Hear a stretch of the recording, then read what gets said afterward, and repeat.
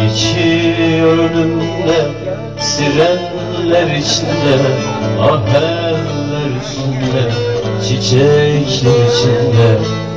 Dudağımda yarım bir sevdam hüznü, aslan gibi gözü türküler içinde. Dudağımda yarım bir sevdam hüznü, aslan gibi gözü türküler içinde. Rastladım avluda hep ota atarken, cigara içerken, yahut çoklanırken. Rastladım avluda hep ota atarken, cigara içerken, yahut çoklanırken.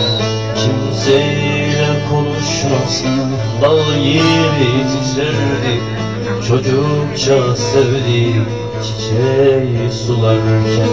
Kimseyle konuşmaz, dal gibi titrerdi, aslan gibi gözü türküler içinde.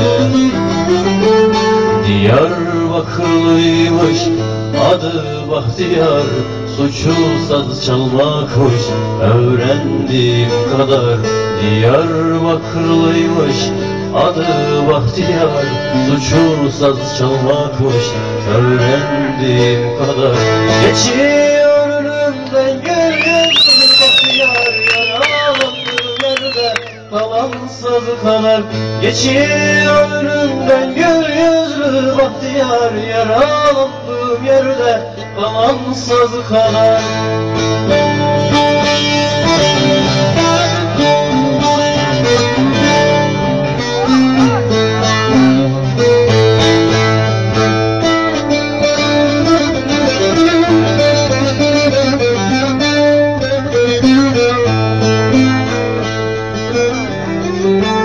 Rastladım avluda hep ota atarken, cigara içerken, yahut çoklanırken.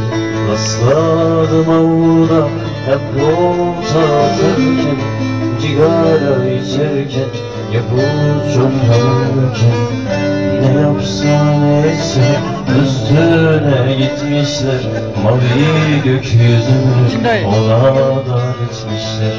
Ne yapsa neyse üstüne gitmişler, mavi gökyüzünü ona dar etmişler.